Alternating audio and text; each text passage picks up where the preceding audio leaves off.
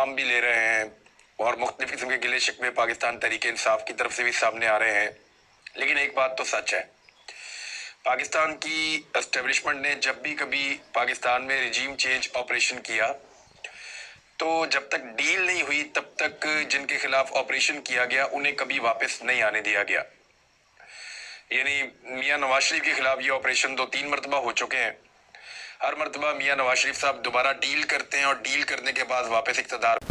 जी हाँ दोस्तों, इमरान रियाज के बकौल इमरान खान की एस्टेब्लिशमेंट के साथ डील हो चुकी है और इमरान खान ने 2-3 शराइत रखी हैं। वो आपको इसी वीडियो में सुनाते हैं कि इमरान रियाज खान आपको बताएंगे कि वो कौन सी शराइत। और आप जानते हैं कि इमरान रियाज इमरान खान के बहुत ज़्यादा करीबी और इनको पीटीआई का मेन सपोर्टर कहा जाता है। और वो शराइत ये हैं कि इमरान खान ने कहा है कि एक तो अरशद शरीफ के कातलों को सज़ा दी जाए और जो मेरे ऊपर हमला हुआ है दूसरी शर्त यह है कि उनको सज़ा दी जाए। उसमें इमरान खान ने एक ऑफिसर का, हाजिर सर्विस ऑफिसर का भी जिक्र किया। और तीसरा इमरान खान ने शर्त रखी है कि जो वज़ीर आज़म के ख़िलाफ़ रजीम चेंज ऑपरेशन हुआ है उसके ख़िलाफ़ कार्रवाई की जाए। मैं हाजिर हूँ, इमरान खान हो सकता है कि अगले वज़ीर आज़म हो।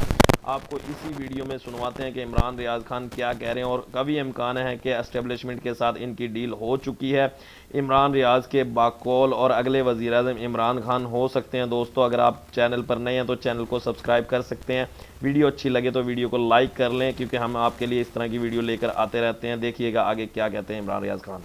ना सिर्फ इस बात के ऊपर जोर दिया बल्कि इसको साबित किया कि ये लोग करप्ट है, इन्होंने पाकिस्तान को लूटा है, पाकिस्तान का जो है वो नुकसान किया है और लगातार किया है। तो अब इमरान खान साहब को जब निकाल कर इनको लाया गया तो पब्लिक ने रिएक्शन दिया।